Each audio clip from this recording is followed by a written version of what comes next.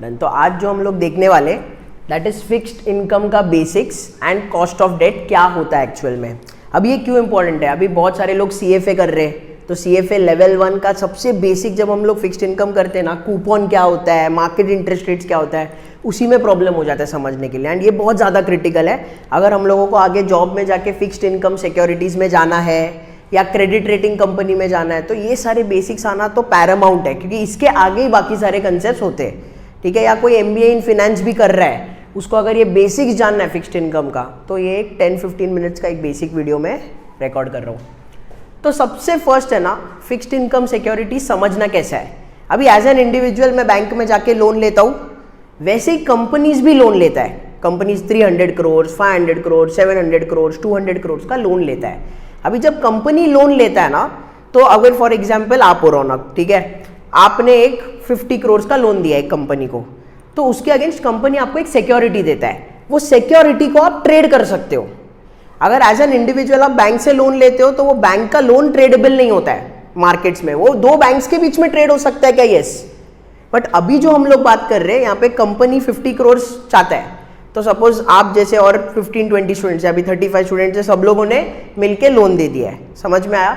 तो कंपनी को मिल गया 50 करोड़। अभी उसके अगेंस्ट कंपनी एक सिक्योरिटी देता है जो ट्रेड कर सकते हैं तुम लोग आपस में। तो अभी वो कैसे होता है, क्या प्राइसिंग होता है, वो सारी चीज़ें हम लोग देखेंगे। तो सबसे फर्स्ट चीज़ होता है अपना फेस वैल्यू। फेस वैल्यू मतलब डॉक्यूमेंट के फेस पे क्या वैल्यू है। कंपनी को 50 करोड़ चाहिए, तुम लोग सब मिलके 50 करोड़ देते हो कंपनी को, उसके अगेंस्ट कंपनी एक सिक्योरिटी देता है। वो सिक्योरिटी के फेस पे क्या वैल्यू है, या तो 100 या तो 1000। अभी ऑब्वियसली अगर कंपनी को 10,000 रुपया चाहिए, तो अगर 1000 का फेस वैल्यू है तो 10 सिक्योरिटी इशू करना पड़ेगा वैसा। तो यहाँ पे अभी मैं जो कंसेप्ट सिखा रहा हूँ, एक सिक्योरिटी के हिसाब से बता रहा हूँ, समझ में आया? या तो फेस वैल्यू 100 रह सकता है या 1000, यानी कि सिक्योरिटी के फेस में 100 या 1000 है। हम लोग काम करते हैं 100 रुपीज़ से, तो ऐसे समझते हैं कंपनी जिसको 100 रुपया चाहिए, ठीक है, तो कंपनी क्या कर रहा है, आपसे 100 रुपया मांग रहा है, उसके अगेंस्ट एक सिक्योरिटी दे रहा है जिसके फेस पे 100 रुपया है। उसका मतलब क्या है, सपोज कंपनी लोन लेता है 100 रुपया for the next 5 years. 5th year के एंड में कंपनी आपको वापस कितना करेगा, आपका प्रिंसिपल अमाउंट वापस करेगा, जो कितना रहेगा, आपका फेस वैल्यू है उतना रहेगा।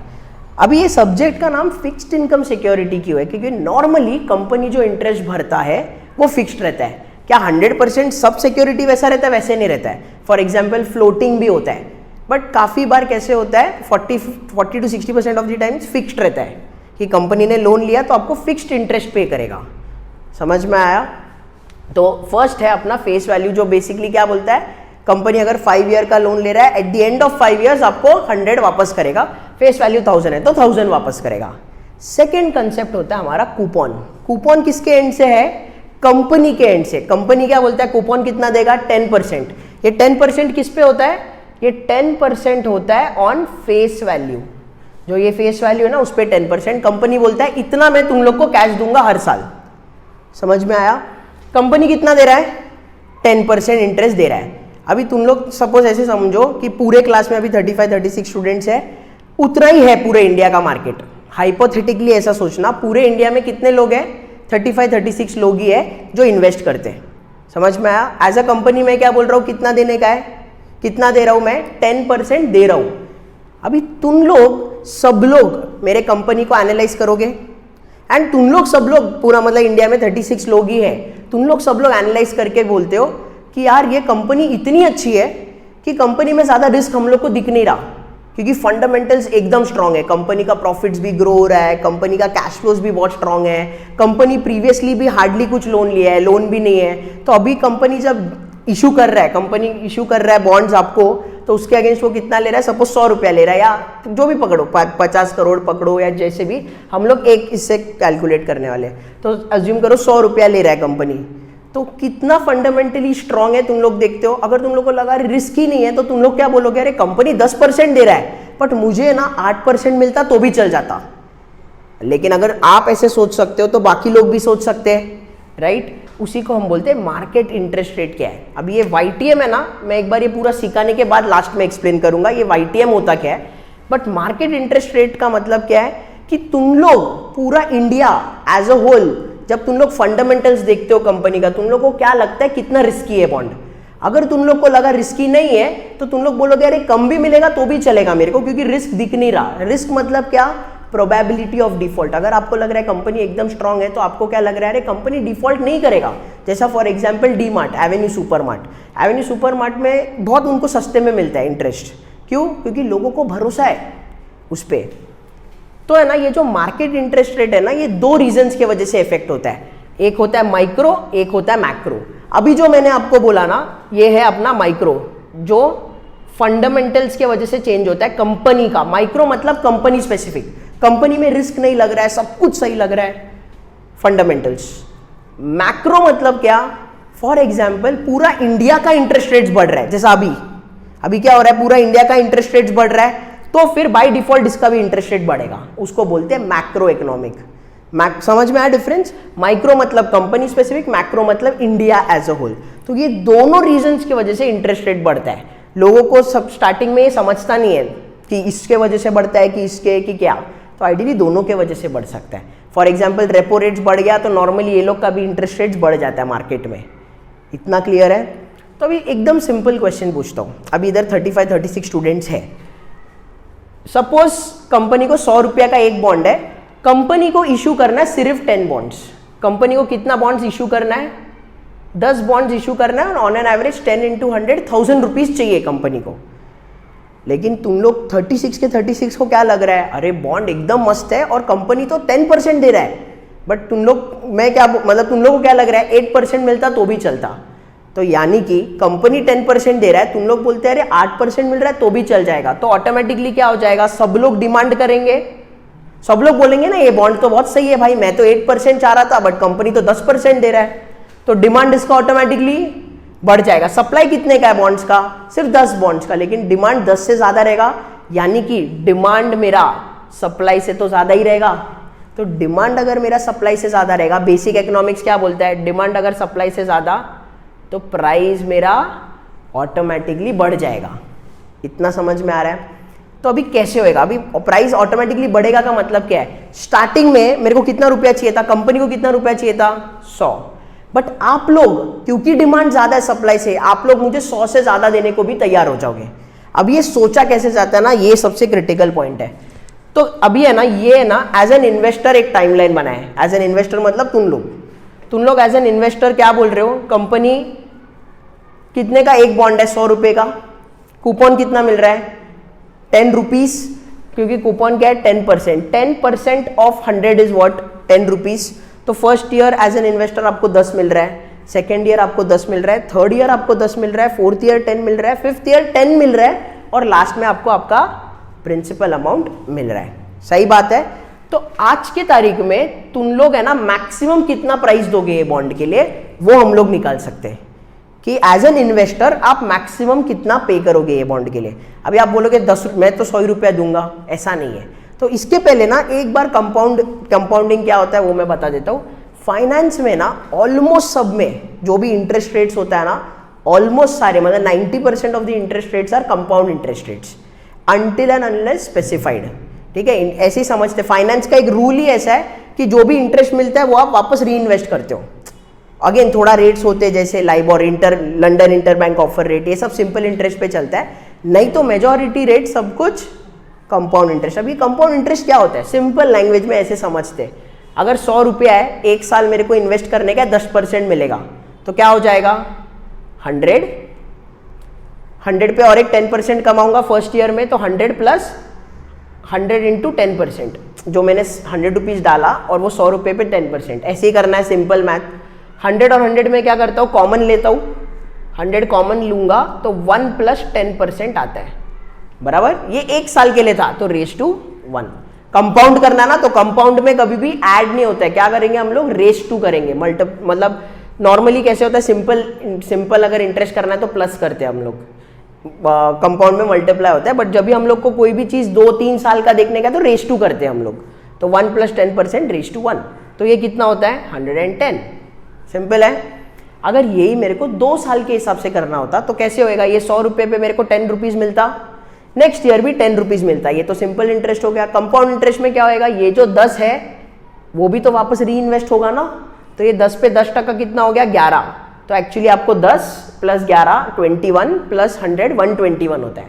तो ये कैसे करते हैं हम लोग मैथमेटिकली, 100 यही चीज करेंगे, 100 मल्टीप्लाइड बाय 1 + 10% रेज टू 2 बराबर है। मतलब यहां से यहां मुझे जाना है, फर्स्ट ईयर से डायरेक्ट सेकेंड, मतलब टाइम 0 से सीधा सेकेंड ईयर जाना है, तो रेज टू 2 मतलब 100 × 1 + 10% रेज टू 2 करता हूँ बराबर।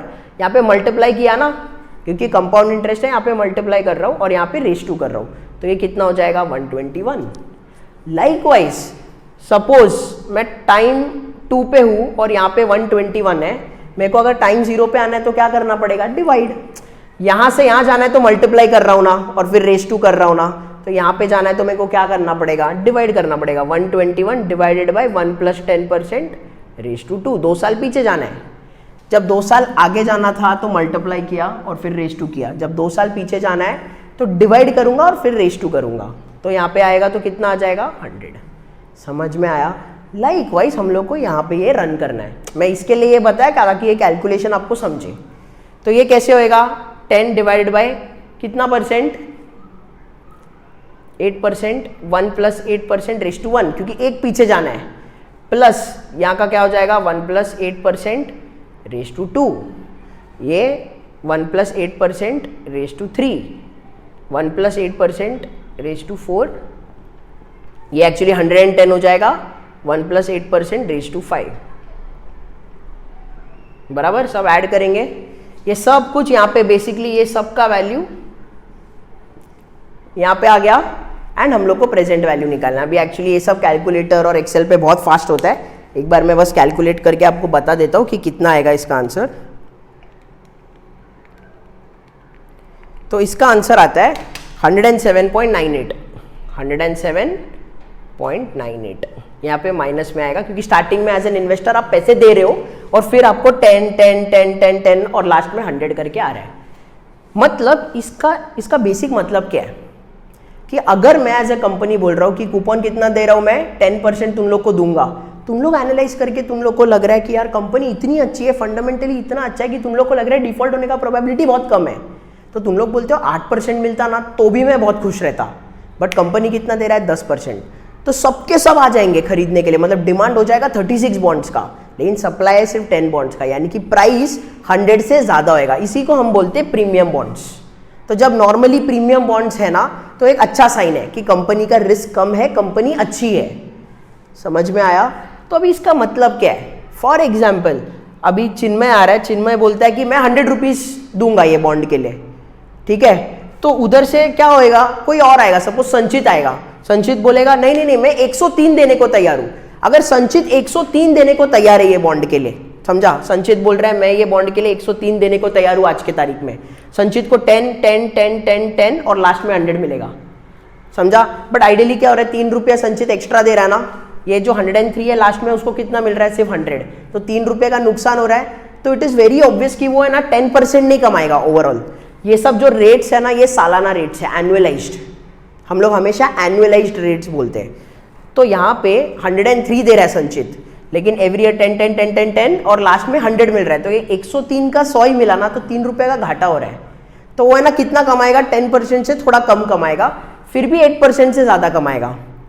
फिर सपोज सभा आती है, सभा बोलेगी कि नहीं मेरे को 106 रुपये में खरीदने का है, तो सभा अगर 106 में खरीदेगी तो 10 10 10 10 10 10 और लास्ट में उनको 100 मिलेगा सभा को, तो 6 रुपये का फिर भी घाटा हुआ। फिर भी ओवरऑल स्कीम ऑफ थिंग्स में उसने 10% से कम कमाया, लेकिन 8% से ज़्यादा। मार्केट ना इतना कॉम्पिटिटिव है कि सपोज रौनक आएगा, रौनक बोलेगा मैं ना 107.98 देने को तैयार हूँ। क्यों? क्योंकि 107.98 अगर वो यहाँ पे देता है, 107.98 अगर वो देता है, एवरी ईयर उसको 10 10 10 10 मिलेगा, लास्ट में कंपनी को, लास्ट में उस कंपनी उसको कितना करेगा, 100 वापस करेगा, तो 7.98 का घाटा है। बट फिर भी अगर वो 107.98 भरता है, उसको कितना मिलता है, 8% जितना उसको चाहिए था। एंड कंपनी के लिए भी अच्छा है ना, कंपनी को लास्ट में 100 रुपया देना है, स्टार्टिंग में कंपनी को 107.98 मिल रहा है तो अच्छा ही है, कंपनी तो खुशी खुशी देगा। बट उसके बाद अगर कोई और, सपोज सतीश आता है, सतीश बोलता है कि नहीं मैं ना 109 पे खरीदूंगा, तो यहां से प्रॉब्लम चालू हो जाएगा। कोई अगर 107.98 से ज्यादा देगा ना तो वो 8% से भी कम कमाएगा, तो वो गलत है। समझ में आया? मतलब यहाँ पे एक बहुत इंपॉर्टेंट टेक अवे है कि कंपनी कितना कूपन दे रहा है ना, उससे बहुत ज्यादा मैटर करता है कि आपका मार्केट का इंटरेस्ट रेट्स कितना है, क्योंकि एक्चुअली आप कितना कमाते हो, मार्केट्स का इंटरेस्ट रेट्स कमाते हो। तो आइडियली आपका जो एक्चुअल रिटर्न है वो कभी कूपन नहीं रहता है, वो क्या रहता है, मार्केट का इंटरेस्ट रेट रहता है। कभी आप कूपन कमाओगे जब मार्केट का इंटरेस्ट रेट और कूपन सेम है ना, तभी आप कूपन जितना कमाते हो, नहीं तो आप कितना कमाओगे, मार्केट के इंटरेस्ट रेट्स के हिसाब से। अब यहाँ पे मैंने YTM क्या लिखा है, YTM is yield to maturity. ये बॉन्ड आपने मैच्योरिटी तक होल्ड किया ना तो आपको 8% मिल रहा है ना। अगर आप बीच में बेचते, इंटरेस्ट रेट बीच में चेंज होता, तो ये सारी चीजें एडवांस चीजें, वो जैसे जैसे आगे हम लोग पढ़ते जाएंगे मैं बताते जाऊंगा। बट यहाँ पे अजम्पशन क्या है, इंटरेस्ट रेट चेंज नहीं हुआ। सेकंड अजम्पशन है कि आप मैच्योरिटी तक होल्ड कर रहे हो। थर्ड अजम्पशन ये है कि कंपनी डिफॉल्ट नहीं कर रहा। और फोर्थ अजम्पशन है कि जो भी आपका कैश फ्लोज आ रहा है 10 रुपया सब, वो आप वापस री इन्वेस्ट कर रहे हो। इतना सारा अजम्पशंस ये है इसमें, तब जाके मैं बोल सकता हूँ कि हाँ भाई मेरा मार्केट इंटरेस्ट रेट YTM 8% है। मतलब इन रियलिटी आप कितना कमाते हो, मार्केट का इंटरेस्ट रेट्स। यही अभी थोड़ा अगर क्वेश्चन को फ्लिप कर दो, कूपन 10%, मार्केट का इंटरेस्ट रेट 12%। यहाँ पे क्या हो रहा है, कंपनी 10% दे रहा है कूपन। आप लोग जब कर रहे हो एनालिसिस, तुम लोग क्या बोल रहे हो, भाई 12% मिलता ना तो चलता, लेकिन ये कंपनी तो सिर्फ 10% दे रहा है। ऐसा क्यों बोलोगे, क्योंकि आपको लग रहा है कंपनी में रिस्क है। रिस्क है तो प्रोबेबिलिटी ऑफ डिफॉल्ट ऑटोमेटिकली बढ़ जाएगा, बराबर है। तो आप क्या बोलते हो, डिमांड रहेगा क्या इसके लिए, नहीं, कंपनी 10% दे रहा है, तुम लोग को 12% चाहिए, तो डिमांड कम रहेगा, सप्लाई ज्यादा रहेगा, तो ऑटोमेटिकली प्राइस क्या हो जाएगा, 100 से कम रहेगा। कितना रहेगा आपका, तो अगर इसको कैलकुलेट करेंगे हम लोग, same 10 divide by 1 plus 12% raise to 1, 12% 1 plus 12% raise to 2, वैसे करके करना पड़ेगा। तो अगर ये मैं करूँ 100 5 12, तो अगर ये मैं करूँ, इसका PV आता है 92.79, मतलब 92.79 पे ट्रेड होगा। अगर आप 92.79 भरते हो एक बॉन्ड के लिए और आपको 10 10 10 10 10 मिल रहा है, और कंपनी लास्ट में कितना देगा, 100 भी देगा, मतलब यहाँ पे आपका उल्टा प्रॉफिट है, कितने का, 7 का अलग सा प्रॉफिट है। तो आप कितना कमाओगे, मार्केट का इंटरेस्ट रेट जितना कमाओगे, कूपन नहीं कमाओगे। तो आपका फिर क्वेश्चन ये रहेगा कि ये तो सही है ना, कूपन 10% है, फिर मार्केट का इंटरेस्ट रेट 14 है, तो मैं और कमाऊंगा। बट है ना, यहाँ पे एक बहुत बड़ा कैवियट है, आप 12% तभी कमाओगे अगर कंपनी डिफॉल्ट नहीं करता है। तो फर्स्ट प्लेस पे ये 92 पे इसके लिए ट्रेड कर रहा है क्योंकि कंपनी भी अच्छी नहीं है, फंडामेंटली अच्छा नहीं है, स्ट्रांग नहीं है, तो चांसेस ज्यादा है उसका यहाँ पे डिफॉल्ट करने का कंपेयर टू यहाँ। समझ में आ रहा है? अभी मैंने जो सिखाया ना, ये बेसिक कंसेप्ट्स के हिसाब से सिखाया। रियल टाइम में मार्केट्स कैसे चलता है पता है क्या, रियल टाइम में ना हम लोग को ये चीज ढूंढना पड़ता है। रियल टाइम में भाव क्या है, मतलब भाव मतलब किस पे ट्रेड कर रहा है, हम लोग को ये वाला प्राइस पता रहता है, कूपन कूपन कूपन सब पता रहता है, एंड फेस वैल्यू लास्ट में कितना रहेगा वो पता रहता है। उसके बेसिस पे हम लोग क्या फाइंड आउट करते, ये फाइंड आउट करते हैं, समझा, और ये वाला देखते चीज। बट जब आपको मैं कंसेप्ट सिखा रहा हूँ, ऑब्वियसली मैं पहले ये और ये गिवन करके देके ये वाला बताया। अभी जब कंपनी बोलता है कि कंपनी को कॉस्ट ऑफ डेट क्या है, कॉस्ट ऑफ डेट हम लोग को पता है बेसिक्स क्या है। सपोज मोल्टेक पैकेजिंग है, मोल्टेक पैकेजिंग को डेट रेस करने का है, इक्विटी रेस करने का है। मैं बहुत बार बोलता हूँ डेट 8% है और इक्विटी 14 है, या डेट जो भी लेने का है। यहाँ पे ये एग्जांपल में मैंने 8% लिया। ये 8% क्या है, कंपनी को कितना पैसा देना है, कंपनी के एंड से ये फ्री में मिलने वाला है क्या।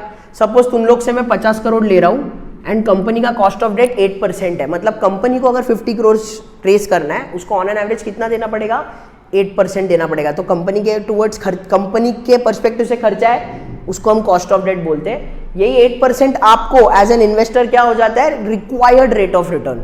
अब ये 8% कभी भी कूपन रहेगा क्या, नहीं, कंपनी एक्चुअल में कितना पे करता है, मार्केट का इंटरेस्ट रेट्स। सोच के देखो, ये वाले एग्जाम्पल में भी कंपनी एक्चुअली कितना पे कर रहा है, 10 नहीं पे कर रहा है कंपनी, हाँ कूपन में 10 दे रहा है, कोई डाउट नहीं है, कंपनी कूपन परसेंट कितना दे रहा है, 10%। अरे लेकिन तुम लोग स्टार्टिंग में 107.98 भी तो दे रहे हो ना, लास्ट में कंपनी उसका वापस कितना कर रहा है, सिर्फ 100 कर रहा है, तो 7.98 तो कंपनी ने पॉकेट कर लिया ना। तो 10% नहीं दे रहा है कंपनी 10 से कम देता है, कितना देता है, मार्केट का इंटरेस्ट रेट। तो कभी भी कॉस्ट ऑफ डेट जो रहता है ना, वो मार्केट का इंटरेस्ट रेट रहता है और कूपन नहीं रहता है, ये रीजन की वजह से। तो इसके लिए कॉस्ट ऑफ डेट जो रहता है that is 8% in are case. ये वाले एग्जांपल में अगर कूपन 10 है और मार्केट इंटरेस्ट रेट 8% है, तो कॉस्ट ऑफ डेट क्या होएगा, 8%। एंड ऑब्वियसली उसके बाद हम लोग को इंटरेस्ट बेनिफिट मिलता है तो cost of debt into 1 minus tax भी करते हैं, वो अलग स्टोरी है, बट ये वाला समझ में आया, डन।